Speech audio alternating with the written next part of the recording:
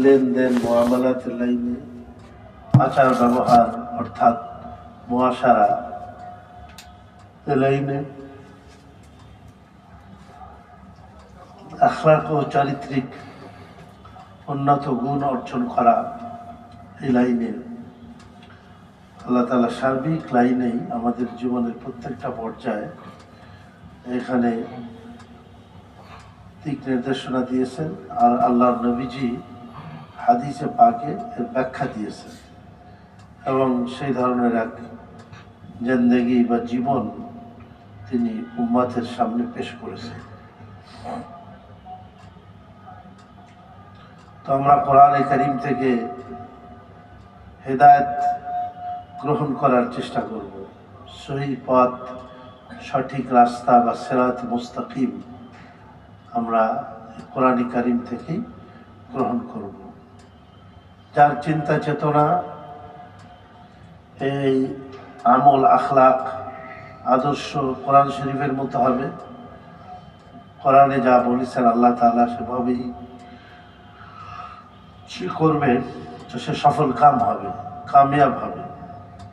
আর যার জীবন কোরআন থেকে বিচ্ছিন্ন হবে, কোরআন থেকে দূরে হবে, কোরআনের সাথে তার জীবনের কোনো মিল নাই, তো সে অকৃতকার্য হবে, নাকাম হয়ে যাবে। এই জন্য আল্লাহ তাআলা কোরআনে পাকে বিভিন্ন মানুষের ঘটনা বর্ণনা করেছেন, বিভিন্ন পূর্বের বিভিন্ন জাতি, তাদের কিস্সা কাহিনী, বাস্তব ঘটনা, যেটা অবাস্তব কোনো কিছু বলেন নাই, বাস্তব ঘটনা তিনি এখানে তুলে ধরেছেন। শত শত বা হাজার হাজার বছর পূর্বের কাহিনী এগুলি আল্লাহ এখানে তুলে ধরেছেন। হযরত নূহ আলাইহিস সালামের ঘটনা বলছে, হযরত ইব্রাহিম আলাইহিস সালামের ঘটনা বলছে। এরকম ভাবে হযরত হুদ আলাইহিস সালামের ঘটনা বলছেন, কওমে আদ। এগুলি বলার মধ্য দিয়ে একটা হলো তার প্রিয় নবীজি আলাইহিস সালামকে সান্ত্বনা দেওয়া, যিনি ইসলামের জন্য ত্যাগ, তিতিক্ষা ও কুরবানি স্বীকার করতেছিলেন, তো তিনি যেন নিরাশ না হয়ে যান।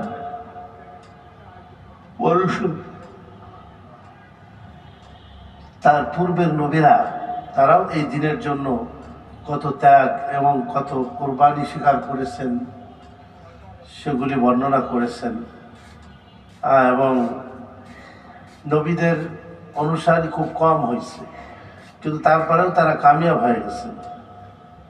আর নবীদের বিরোধীরা, তাদের সংখ্যা কিন্তু অনেক, তারপরেও তারা নাকাম হয়েছে, অকৃতকার্য হয়ে গেছে। এই সব ঘটনাগুলি আল্লাহ তাআলা বারবার আমাদের সামনে তুলে ধরেছেন। সূরাতুশ শুআরা আমরা যেটা পড়তেছিলাম, এটাও মক্কা অবতীর্ণ সূরা, এই জন্য অন্যান্য সূরার থেকে কোনো ব্যতিক্রম নাই এর মধ্যে। আল্লাহ তাআলা এই সূরার মধ্যেও বিভিন্ন জাতির ইতিহাসকে তুলে ধরেছেন, যারা আল্লাহ পাক এবং আল্লাহর নবীর অনুসরণ করছেন, তারা কামিয়াব হয়েছেন। আর যারা নাকাম, যারা আল্লাহর নবীর অনুসরণ থেকে দূরে চলে গেছে, আল্লাহর নবীকে ফলো করে নেন, খায়সাতের ইত্তেবা করছে, অনুসরণ করছে, তারা কেমন নাকাম হয়েছে, অকৃতকার্য। তার আগের ঘটনা ছিল কওমে আদ জাতির ঘটনা। তারা অনর্থক কাজ করত, অনেক শক্তি ছিল তাদের মধ্যে, ঘর বাড়ি অট্টালিকা এগুলি তৈরি করত, থাকার জন্য না, আয়াসি করার জন্য, বিলাসিতার জন্য এগুলি তৈরি করত তারা। এবং যারা তাদের ওই এলাকা দিয়ে অতিক্রম করত, তারা লুট তারাজ করত খামাখা। এরা অত্যন্ত খোশহাল মানুষ ছিল। খোশহাল মানে কি? সুখে স্বচ্ছন্দে তারা কালতিপাত করত, কোনো অভাব ছিল না, প্রচুর টাকা পয়সা, প্রচুর শক্তি, আল্লাহ তাআলা হুদ আলাইহিস সালামকে তাদের হেদায়েতের জন্য পাঠিয়েছিলেন। মূর্তি পূজা করতো তারা, তো আল্লাহ তাআলা তাদেরকে হুদ আলাইহিস সালামকে পাঠালেন এবং তিনি তাদেরকে দাওয়াত দিলেন। কিন্তু মুষ্টিমেয় লোক, খুবই অল্প সংখ্যক মানুষ, তারা হযরত হুদ আলাইহিস সালামের এই দাওয়াতকে গ্রহণ করলো। বাকি বেশিরভাগ মানুষ তারা প্রত্যাখ্যান করলো, না আমরা যেভাবে আছি এভাবেই আমাদের জন্য ভালো। তো লাস্টে আল্লাহ তাবারক ওয়া তাআলা হযরত হুদ আলাইহিস সালাম এবং ওনার সঙ্গী যারা ছিলেন তাদেরকে কামিয়াব করলেন এবং কওমে আদ, বৃহৎ অত্যন্ত শক্তিশালী একটা জাতি, আল্লাহ তাআলা এদেরকে নেস্তানাবুদ করে দিলেন, খতম করে দিলেন আল্লাহ তাআলা। আর আজকের আয়াত খুবই সংক্ষিপ্তভাবে আমি আলোচনা করব। কওমে আদ, কওমে সামুদ আর এক জাতি ছিল। এদের এলাকা ছিল আপনার তবুক আছে না, তবুক, এখানে মাদায়েনে সালেহ বলে একটা জায়গা আছে, সালেহ আলাইহিস সালামের শহর। এইখানে আপনার 17,000 বস্তি ছিল। বস্তি মানে কি? ছোট ছোট মহল্লা, বস্তি বলা এটাকে। বস্তি নিজামুদ্দিন বলে না, নিজামুদ্দিন মহল্লা, বস্তি আমরা বলি না বস্তি। যদিও পরবর্তীকালে বস্তি মানে বলা হয় সাধারণত নিম্নমানের লোক যে থাকে, তাকে বস্তি বলে।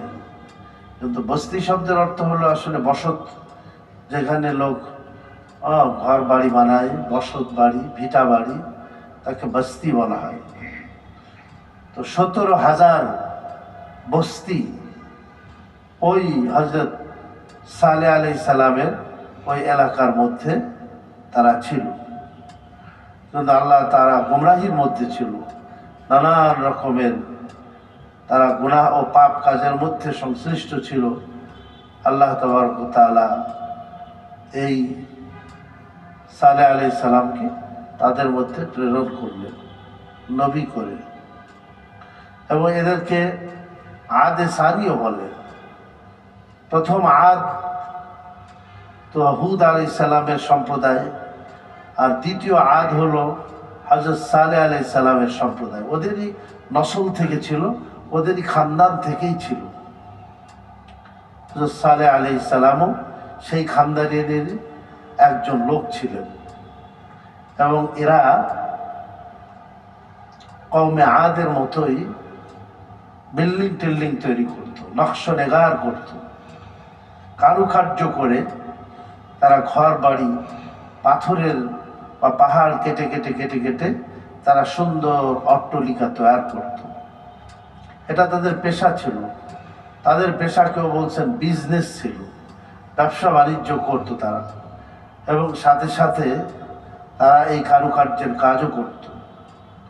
এজন্য পৃথিবীতে যেখানে সুন্দর কারুকার্য, যেমন তুরস্কে আছে, তারপরে আরো ইন্ডিয়াতেও কোনো কোনো এলাকার মধ্যে আছে, সুন্দর কারুকার্য করে বিল্ডিং গুলাতে। কোরআন শরীফের আয়াত লেখে ভিতরে, আরো অনেক কিছু। এটা ওই সামুদ জাতি, তাদের থেকেই আসছে এগুলা। তো আবার তারা বিল্ডিং তৈরি করতো কওমে আদের মতো, খামাখা, প্রয়োজন নাই, তারপরেও তারা সুন্দর সুন্দর অট্টালিকা। তার মানুষ তো কমই ছিল, খুবই কম ছিল, কিন্তু এতগুলি মানুষের জন্য এত বিল্ডিং এর তো প্রয়োজন ছিল না, তারপরেও তারা খামাখা করতো এই কাজগুলো। তো আল্লাহ তাবারক ওয়া তাআলা এখানে বলতেছেন, আউযু বিল্লাহি মিনাশ শাইতানির রাজীম, বিসমিল্লাহির রাহমানির রাহিম।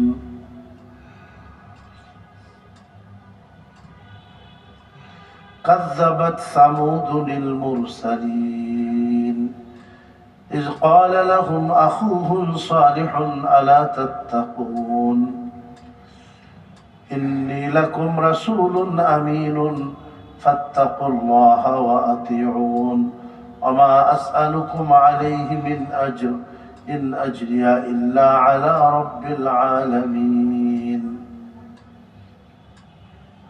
এটা প্রায় জায়গাতে একই ধরনের শুরুর দিকের কথাগুলি এরকমই। কাজ্জাবাত সামুদ, সামুদ জাতি তারা মিথ্যা সাব্যস্ত করলো আল মুরসালিন, নবীদেরকে, অথচ তাদের মধ্যে নবী একজন। আল্লাহ পাক ইচ্ছা করলে এটাও তো বলতে পারতেন কাজ্জাবাত সামুদুনির রাসূল, এ বলতে পারতেন সামুদ জাতি রসুলকে মিথ্যা সাব্যস্ত করলো, তা না বলে মুরসালিন অর্থাৎ অসংখ্য নবী রসুলকে তারা মিথ্যা সাব্যস্ত করলো। গত সপ্তাহে বলা হয়েছিল যে কোনো একজন নবীকে মিথ্যাবাদী হিসাবে সাব্যস্ত করার অর্থ হলো নবীদের পুরা জামাতকে মিথ্যা সাব্যস্ত করা। এজন্য একজন নবীকে মিথ্যা বলা এর মানেই হলো মুরসালিন, সমস্ত নবীদেরকে মিথ্যা সাব্যস্ত করা। কাজ্জাবাত সামুদ মুরসালিন, কওমে সামুদ তারা নবীদেরকে কি করলো? মিথ্যা সাব্যস্ত করলো। ইয ক্বালা লাহুম আখুহুম সালিহুন আলা তাত্তাকুন, যখন তাদের ভাই এজন্য বলছে তাদের গোত্রের থেকেই উনি ছিলেন। হযরত লূত আলাইহিস সালাম শুধু বাহিরের ছিলেন, উনি ওই সম্প্রদায়ের লোক ছিলেন না, কিন্তু অন্য নবীরা অধিকাংশ তারা ওই যে এলাকাতে তাদের বসত বাড়ি ছিল ওই এলাকারই সন্তান ছিলেন তারা। এজন্য হযরতে সালেহ আলাইহিস সালাতু ওয়াস সালাম যিনি ছিলেন তিনিও তাদেরই অন্তর্ভুক্ত ছিলেন। এজন্য বলছেন আখুহুম, ইয ক্বালা লাহুম আখুহুম সালিহুন আলা তাত্তাকুন, যখন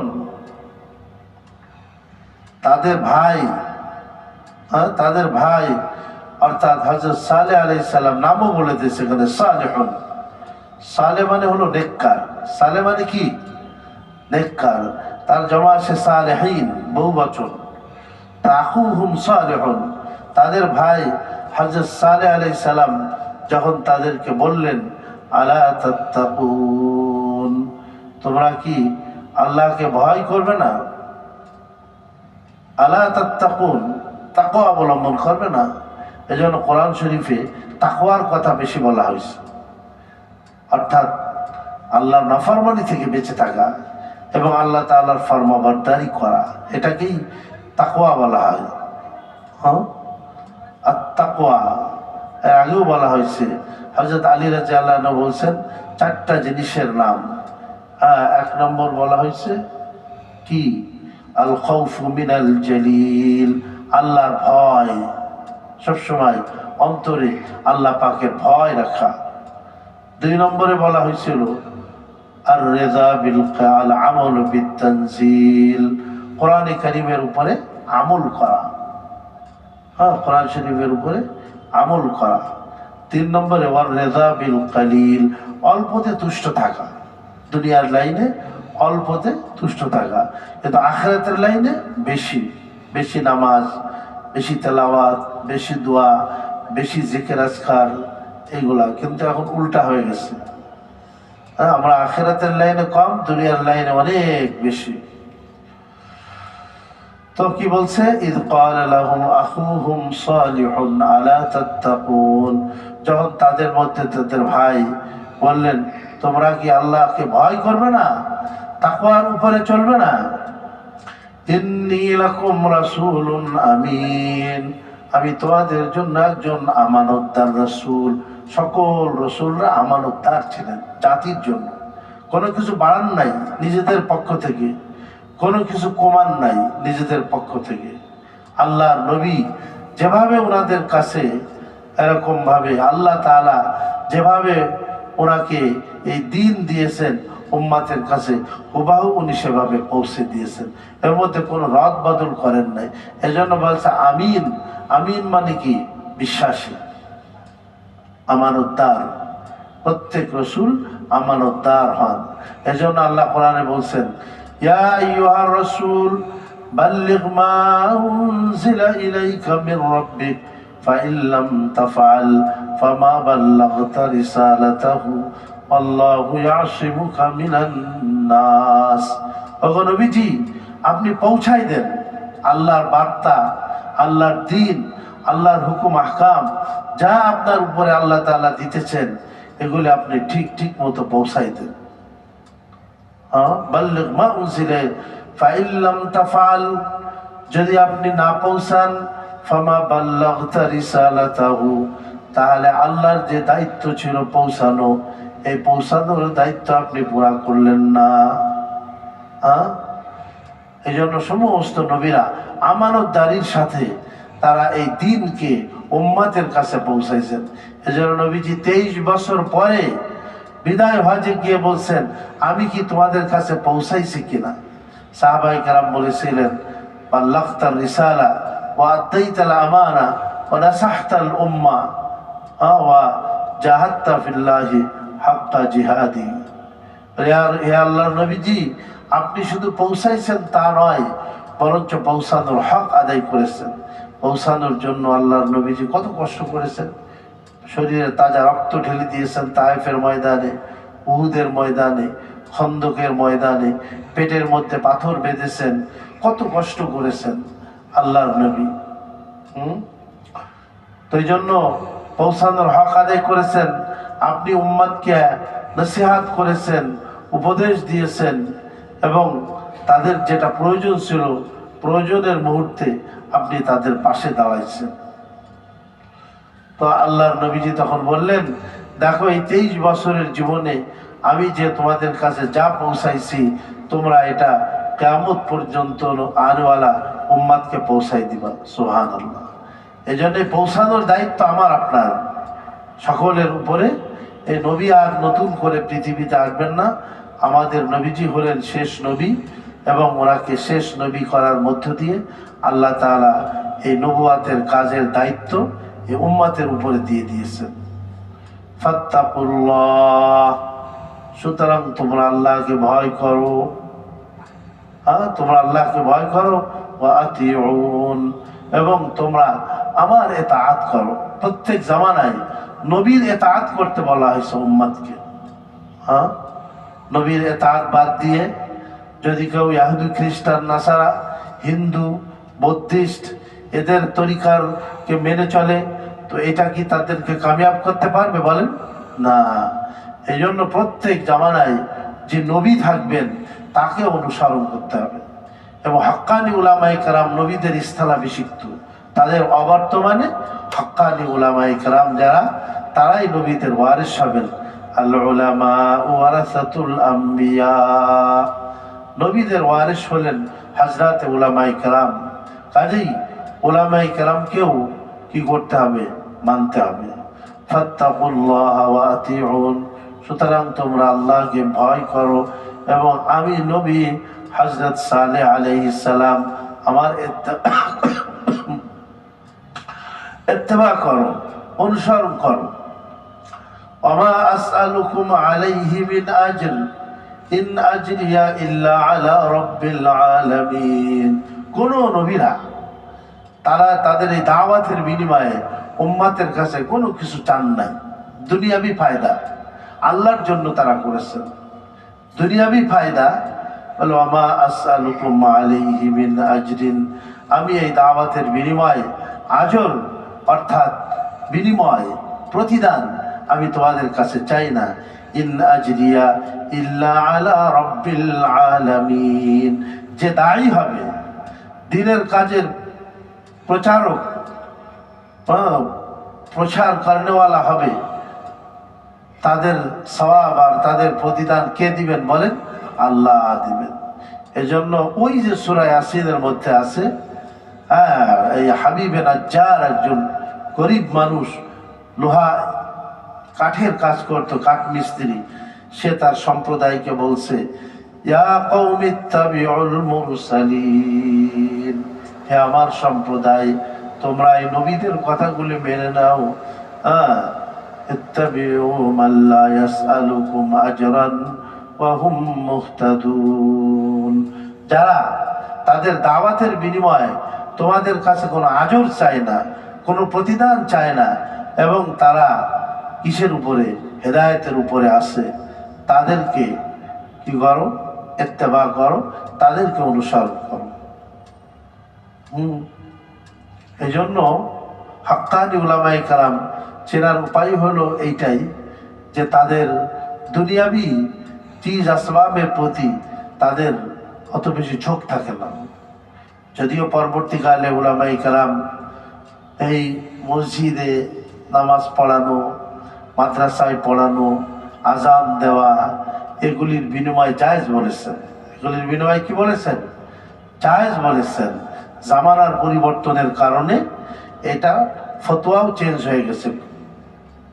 এক জামানা ছিল হারাম ছিল, এটা নেওয়া যাবে না, কিন্তু বর্তমান জামানার দিক দিয়ে এমন হয়ে গেছে যে এই যে যারা মাদ্রাসায় পড়ায়, তাফসির পড়ায়, মসজিদ ইমামতি করে, মসজিদে আজান দেয়, তারা যদি এই কাজগুলি না করে দুনিয়াবি বিভিন্ন কাজের মধ্যে তারা যদি নিজেদেরকে পাবান করে দেয়, তাহলে এই কাজগুলা করার আর লোক পাওয়া যাবে না। এজন্য বলছে এই কাজগুলি সুচারুরূপে যেন সম্পাদিত হয়, ঠিক মতো যেন আদায় হয়।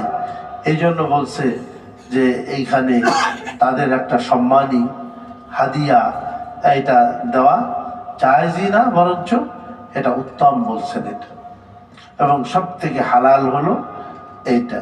কিন্তু এক জামানায় ছিল ওনারা নবীরা যারা ছিলেন তাদের দাওয়াতের বিনিময়ে কোনো কিছুই তারা কি করতেন না? গ্রহণ করতেন না।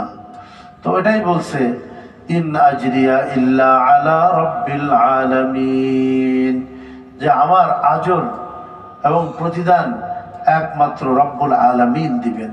কে দিবেন ভাই? আল্লাহ। এই জন্য দিনের কাজে উদ্দেশ্য বানানো যাবে না দুনিয়া। দিনের কাজ আল্লাহর জন্য করতে হবে। জরুরত হিসাবে কিছু যদি সে গ্রহণ করে করবে, কিন্তু দুনিয়াবি যেরকম ধরেন এই যে মানুষ চাকরির উদ্দেশ্যে লেখাপড়া করে, কিন্তু মাদ্রাসা লাইনে চাকরির উদ্দেশ্যে লেখাপড়া নাই।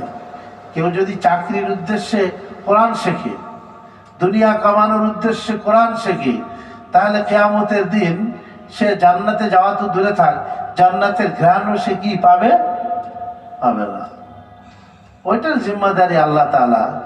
কিন্তু সে দিন প্রচার করবে, দিন শিখবে, দিন শিখাবে, শুধুমাত্র আল্লাহর রেজামন্দির জন্য, আল্লাহর সন্তুষ্টির জন্য। তাই বলছে কি, ইন আজরিয়া ইল্লা আলা রাব্বিল আলামিন, রব্বুল আলামিনের উপরে আমার প্রতিদান।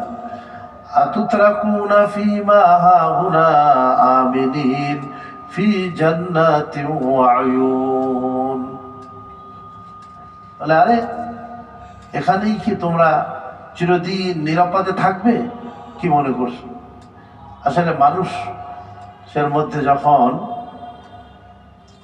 এই পেরেশানি না থাকে, বিপদ আপদ মুসিবত যখন না থাকে, তাহলে শয়তান মানুষকে মৃত্যু ভোলায় দেয়, আখিরাতকে ভোলায় দেয়, মনে করে চিরদিন মনে এরকমের থাকবো। ফিরাউন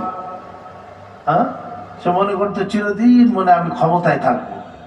আছে না এরকম? আসলে চিরদিন কেউ ক্ষমতায় থাকবে না, চিরদিন কেউ সুস্থ থাকবে না, একদিন সে অসুস্থ হয়ে পড়বে। চিরদিন কেউ জীবিত থাকবে না, একদিন সে কে মৃত্যুর কোলে ঢলে পড়বে একদিন। তো কাজেই এটা শয়তান আমাদেরকে অনেক সময় ধোঁকা দেয় যে আমি তো অনেক শক্তিশালী, আমি অনেক মালদার, আমি তো এই সমাজের প্রভাব প্রতিপত্তি আমার আছে, মানুষ আমাকে সম্মান করে, মানুষ আমাকে ভালো বলে। বলে একদিন এগুলি কিছুই থাকবে না, সব একদিন নিঃশেষ হয়ে যাবে। তো বলছে আতুতরাকুনা ফীমা হাহুনা আমিনিন, তোমরাও কি এখানে আমরা আমাদের সাথে গিয়ে এখানে থাকতে পারবা? তো থাকতে পারবে না, সবাই চলে যাবে। ফি জান্নাতিন ওয়া উয়ুন, জান্নাত। আসলে তাদের কিছু ক্ষেত খামারও ছিল, বিল্ডিং তো বানাইতোই তারা পাহাড়ের মধ্যে, পাহাড়ের মধ্যে খুদাই করে করে সুন্দর সুন্দর নকশা বানাইত, অনেক কারুকার্য করে। হ্যাঁ, দেখা যায় যে আমাদের এই মসজিদটা, ঈদগাহ, আমাদের মোহাম্মদপুর আছে 7 মসজিদ, আরো আমাদের খুলনা খান জাহানারীর মসজিদ কিভাবে বানাইছে দেখছেন? হ্যাঁ, সুন্দর করে বানাইছে। ইটগুলি বসাইছে কিভাবে, পাথরগুলি একটার একটার উপরে বসাইছে কিভাবে। ওই সময় টেকনোলজি ছিল, জ্ঞান বিজ্ঞান ওই সময়কার ছিল তাদের কাছে, তারা কারুকার্য করে। এই যে বর্তমান ধরেন একটা গম্বুজ বানাইতে গেলে, যারা আমাদের এই যে সামনেও বানাইছে 3টা, কিন্তু আসলে উপর থেকে দেখলে মনে হয় যে কিছুটা ত্রুটি রয়ে গেছে, সব দিকে সমান হয় নাই। কিন্তু আপনি 7 মসজিদে যান, এত কত 500 বছর আগের, ওখানে যে 7 গম্বুজ মসজিদ, 7টা গম্বুজ আছে, এই গম্বুজগুলি কোনো টাকা বাঁকা হয়নি, একেবারে সবগুলি সুন্দর মতো উঠেছে, সব সমান। এরকম কোনোটাতে একটু বাঁকা এরকম হয়েছে, এরকম হয় নাই। হ্যাঁ, সব দিক দিয়ে তা আল্লাহ তাআলা এদেরকেও জ্ঞান বিজ্ঞানে অনেক পারদর্শী করেছিলেন, অনেক টেকনোলজি আল্লাহ তাআলা এদেরকে দিয়েছিলেন। তো তারা সেগুলি নির্মাণ কাজ করবে। তার ফি জান্নাত, জান্নাত মানে বাগ বাগিচা ছিল তাদের। অয়ুন, ঝর্ণা, অনেক ঝর্ণা।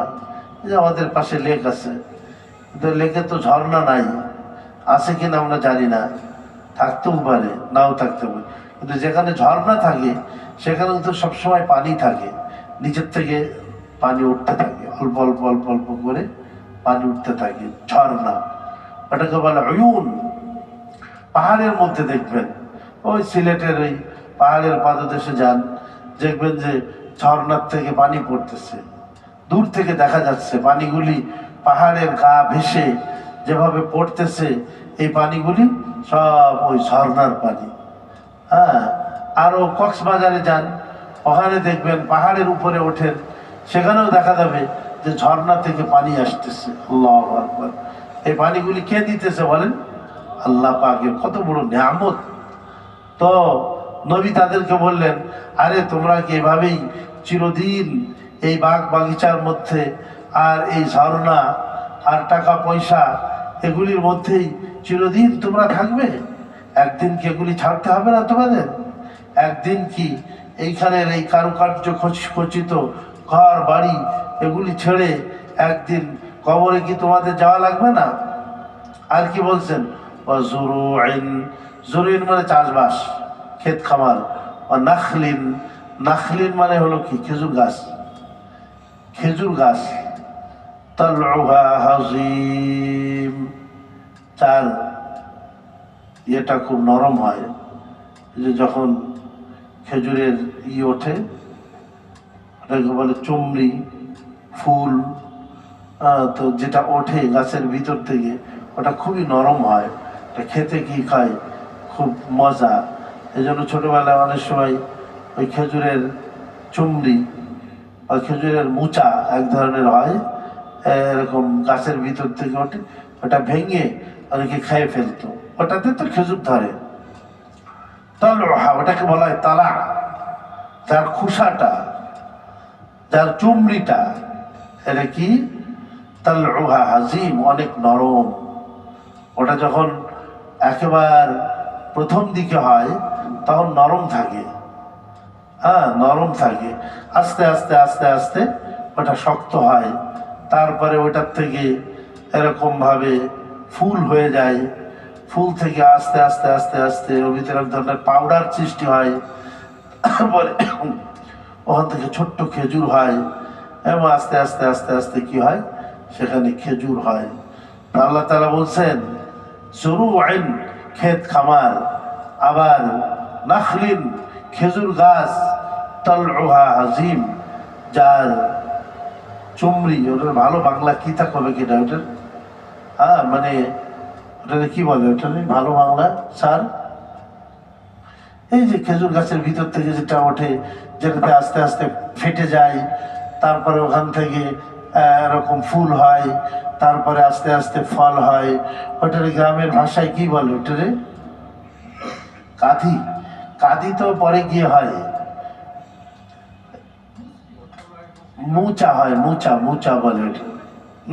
মুচা প্রথমে এরকম বাহির হয়, তাই না? বাহির হয়ে আস্তে আস্তে বড় হয়, তারপরে গায়ের মধ্যে খোসাটা ফেটে যায়, ফেটে গেলে ওখান থেকে ফুল বাহির হয়, তাই না? আস্তে আস্তে আস্তে আস্তে খেজুর। তো বলতেছে তালউহা হাজিম, যেটার আপনার মুচাটা অনেক নরম। মুচাটা কি হয়? নরম হয়। বাচ্চারা অনেক সময় ওগুলি পেড়ে নিয়ে এসে ওইটা খায়, ওইটার নিচুটা, এই এটা মুচাটা যেটা, এটা কিন্তু খাওয়া যায়। হ্যাঁ, এটা ছোটবেলায় আমরা খাইছি ওগুলা, কিন্তু আসলে ওইগুলা তো খাই ফেললে তার খেজুর হবে না। হ্যাঁ, তালউহা হাজিম وتنحتون من الجبال بيوتا فارحين الله أكبر وتنحتون من الجبال। এবং আল্লাহ বলতেছেন, হে সামুদ জাতি, তোমরা পাহাড়কে কেটে, চিন্তা করেন পাথরগুলি কেটে ফেলে, কিরকমের টেকনোলজি ছিল। পাহাড়কে কেটে বুয়ুতান মানে ঘর বানাও তোমরা, ফারিহিন আমোদ প্রমোদের জন্য, প্রয়োজনের জন্য না, আমোদ প্রমোদ করে।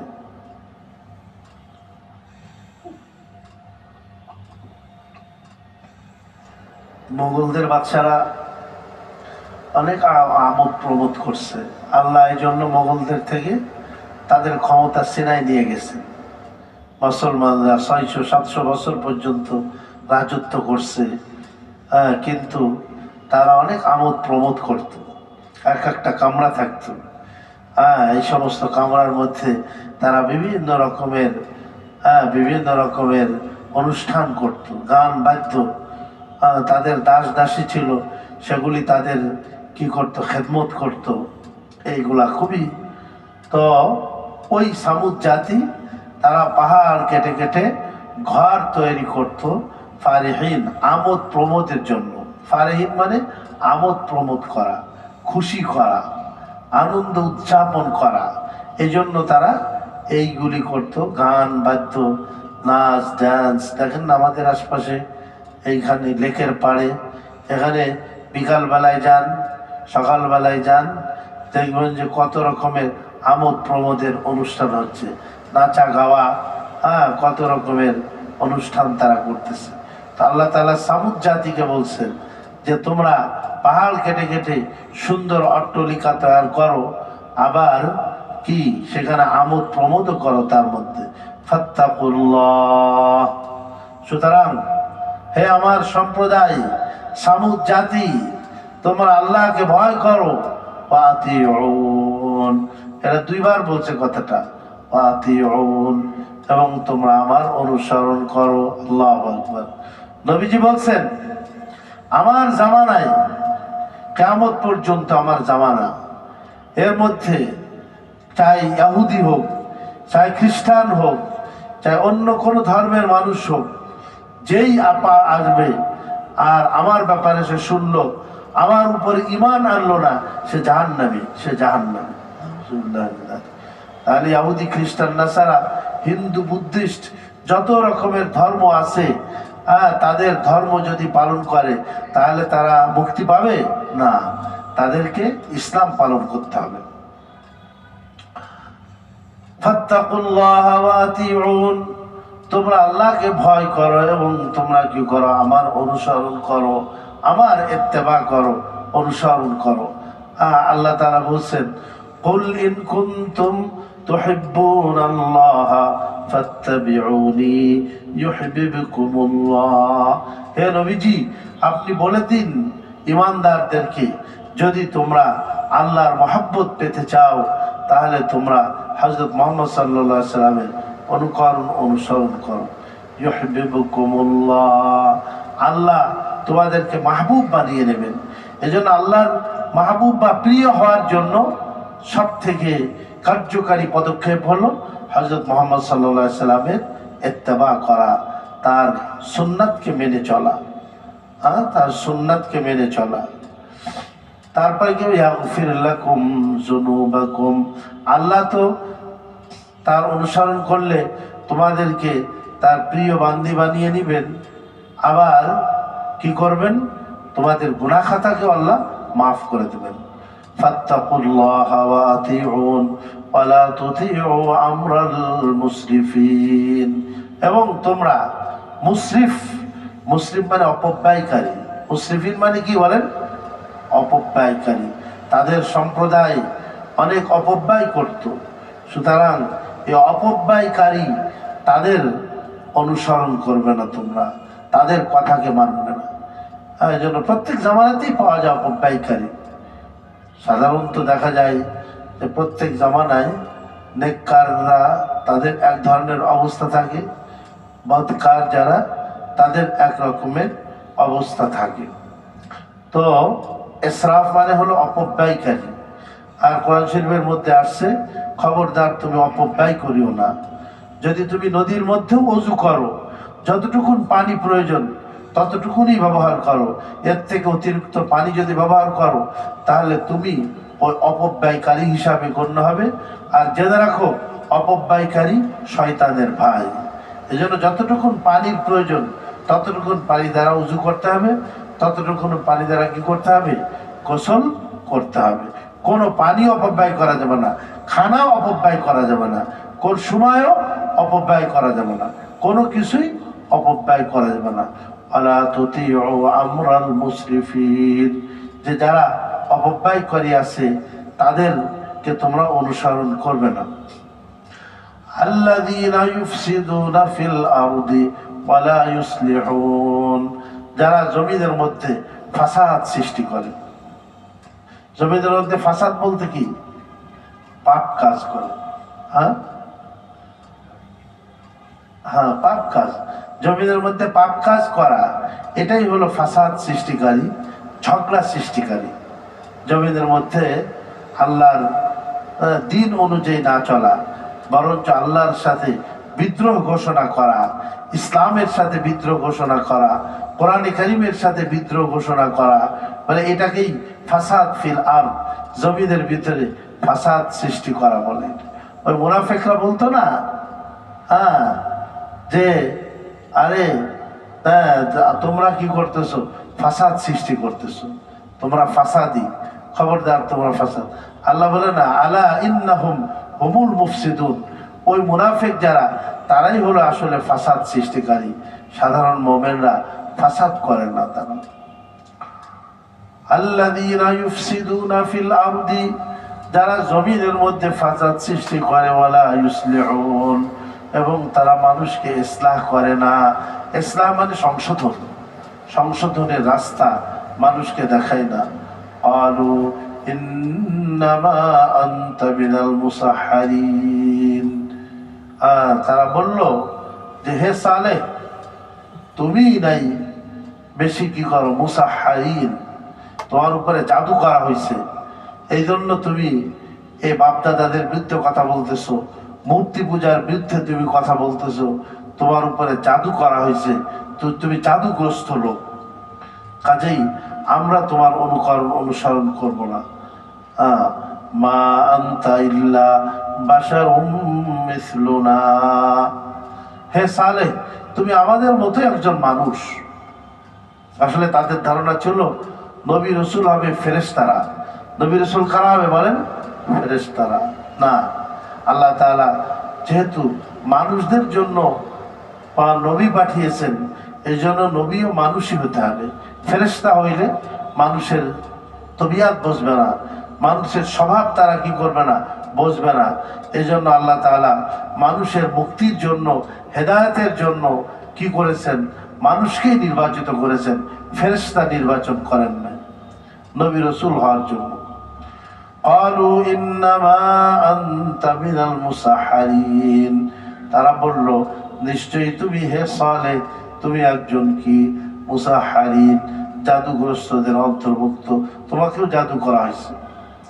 ক্বালা হাযিহি মা আনতা ইল্লা বাশারুম মিসলুনা ফাতি বিআয়াতিন ইন কুনতা মিনাস সাদিকিন। বলে তুমি আমাদের মতো একজন মানুষ, সুতরাং তুমি যদি সত্যবাদী হও তাহলে তুমি একটা নিদর্শন পেশ করো, মুজিজা পেশ করো।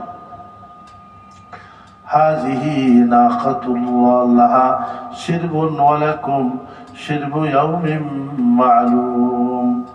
হযরত সালেহ আলাইহিস সালামকে তারা বলল, হে সালেহ, যদি তুমি সত্যবাদী হও তাহলে এই যে পাহাড় দেখতেছো, এই পাহাড়ের ভিতর থেকে একটা উটনি বাহির করে নিয়ে আসো, একটা উটনি। তো পাথরের থেকে উটনি বাহির হবে, এটা তো আশ্চর্য ধরনের বিষয়। তো মানুষ যদি নিজেদের পক্ষ থেকে কোনো মুজিজা বা কোনো অলৌকিক ঘটনা দাবি করে আর আল্লাহ যদি দেয়, তারপরে সে যদি কি করে সেটার নাশুকুর গুজারি করে, সেটার যদি সে কি করে অকৃতজ্ঞ হয়, আল্লাহ তাকে কঠিন শাস্তি দেন। এজন্য ওরা চেয়ে নিল, এজন্য বলছে খবরদার তোমরা কোনো নিদর্শন চাইবে না আল্লাহর কাছে, হ্যাঁ, কোনো নিদর্শন চাইবে না আল্লাহ পাকের কাছে, কোনো মুজিজা চাবে না আল্লাহ পাকের কাছে। কিন্তু তারা বলল যে হ্যাঁ, তুমি যে নবী হওয়ার দাবি করতেছো, তুমি আমাদের একটা মুজিজা দেখাও। কি মুজিজা দেখাবে? পাহাড়ের ভিতর থেকে একটা উট বাহির করে আনবে। তো এটা কি সম্ভব বলেন? পাহাড়ের ভিতর থেকে পাথর ফেটে যাবে আর সেখান থেকে একটা উটনি বাহির হবে, আবার সেই উটনি বাচ্চা দিবে তোমাদের সামনে, এটা কিভাবে? কিন্তু এটা আল্লাহর জন্য কি কঠিন নাকি? তাও না। যে আল্লাহ মানুষের থেকে মানুষ তৈরি করতে পারেন, সে আল্লাহ মানুষ ছাড়াও তো মানুষকে তৈরি করতে পারেন। যে আল্লাহ মা বাপের মধ্য দিয়ে মানুষকে সৃষ্টি করতে পারেন, মা বাপ ছাড়াও সে আল্লাহ তাআলা মানুষকে কি করতে পারেন? তৈরি করতে পারেন। আল্লাহ তাআলা একটা সিস্টেম করে দিয়েছেন, কিন্তু প্রথম যে সৃষ্টি করেছেন সব কিছুর মধ্যে আল্লাহর কুদরত ছিল। আল্লাহর কি ছিল বলেন? কুদরত। পরবর্তীকালে সুন্নাত, অর্থাৎ নিয়মতান্ত্রিকতা আল্লাহ তাআলার কাছে। কিন্তু এই নিয়মতান্ত্রিকতার মহতাজ এবং মুখাফেকি আল্লাহ তাআলা নন। তারা বলল কি, ফাতি বিআয়াতিন, তুমি আমাদের জন্য একটা নিদর্শন নিয়ে আসো, ইন কুনতা মিনাস সাদিকিন, যদি তুমি সত্যবাদী হও। ক্বালা হাযিহি নাকাতুন লাহা শিরবুন ওয়া লাকুম শিরবু ইয়াউমিন মা'লুম। দেখো তো আল্লাহ দেখাই দিলেন, ওরা যেখানে থাকতো তার পাশে যে পাহাড় ছিল, পাহাড়টা ফেটে গেল এবং ওখান থেকে 10 মাসের একটা গর্ভবতী উটনি সে বাহির হয়ে চলে আসলো, সুবহানাল্লাহ, এবং তাদের সামনে এসে বাচ্চা প্রসব করলো। তো আল্লাহ তাআলা বলে দিলেন যে খবরদার, দেখো এই আল্লাহর কুদরত, এই উটনি, একে তোমরা স্পর্শ করবে না, একে তোমরা কি করবে না, মারধর করবে না। কিন্তু আল্লাহ তাআলা ওকে এরকম করতেছেন যে সে বেশি পানি পান করত। একদিন সে পানি পান করত আর আরেকদিন তাদের যে অন্যান্য সকল প্রাণী ছিল ওই এলাকায় তারা পানি পান করত। এটা তাদের কাছে বেশি ভালো মনে হয়নি যে একদিন আমাদের উটগুলি পানি পান করবে না, বসা থাকবে, আর পরের দিন গিয়ে পানি পান করবে। এটা তারা চিন্তা করছে ওই উটকে খতম করে ফেলতে হবে, মাইরে ফেলতে হবে ওই উটকে। তা আল্লাহর নিদর্শন, এটার মধ্যে যদি হাত দেয় তাহলে আল্লাহ তাআলা কি সহ্য করবেন বলেন? আল্লাহ সহ্য করবেন না। তো কি হইল, তারা দেখা গেল আলা তামাসসুহা বিসুইন ফায়াখুযাকুম আযাবু ইয়াউমিন আযীম। তো তারা সেই উটনির গায়ে তারা হাত দিল, বেয়াদবি করলো আল্লাহর এই নিদর্শনের সাথে। তখন একটা কঠিন শাস্তি তাদেরকে আসে পাকড়াও করলো। ফাকারুহা, প্রথমে তারা পা কেটে দিল, উটের পা কেটে দিল। ফাসবাহু নাদিমিন, সকাল বেলায় যখন হলো তারা প্রচন্ডভাবে লজ্জিত হইল যে হায়, আমরা আল্লাহর এই নিদর্শনকে আমরা খতম করে ফেললাম। তো সত্যি সত্যি দেখা গেল ওই উটনিটা আবার আশ্রয় নিল, পাহাড়ের ওই পাথর ফাঁক হয়ে গেল, আর ওই উটনিও কি হয়ে গেল, সেই পাথরের মধ্যে চলে গেল। সুবহানাল্লাহ। তা আল্লাহ পাকের কুদরত দেখেন কিরকম হইল। তারপরে আল্লাহ ওদেরকে শাস্তি দিলেন, কঠিন শাস্তি। পরের দিন আসতেছে এখানে, ওয়ালা তামাসসুহা বিসুইন ফায়াখুযাকুম আযাবু ইয়াউমিন আযীম ফাআকারুহা, তারা তাদের পাকে কেটে দিল। ফাসবাহু নাদিমিন, তারা সকাল বেলায় সকলে কি হলো, নাদিমিন, লজ্জিত হইল সকাল বেলায়, হায় আমরা তো ঠিক কাজ করি নাই। ফাআখাযাহুমুল আযাব, কঠিন আযাব তাদেরকে গ্রেফতার করলো, পাকড়াও করলো। কি ইন্না ফি যালিকা লাআয়াতান ওয়া মা কানা আকসারুহুম মুমিনিন।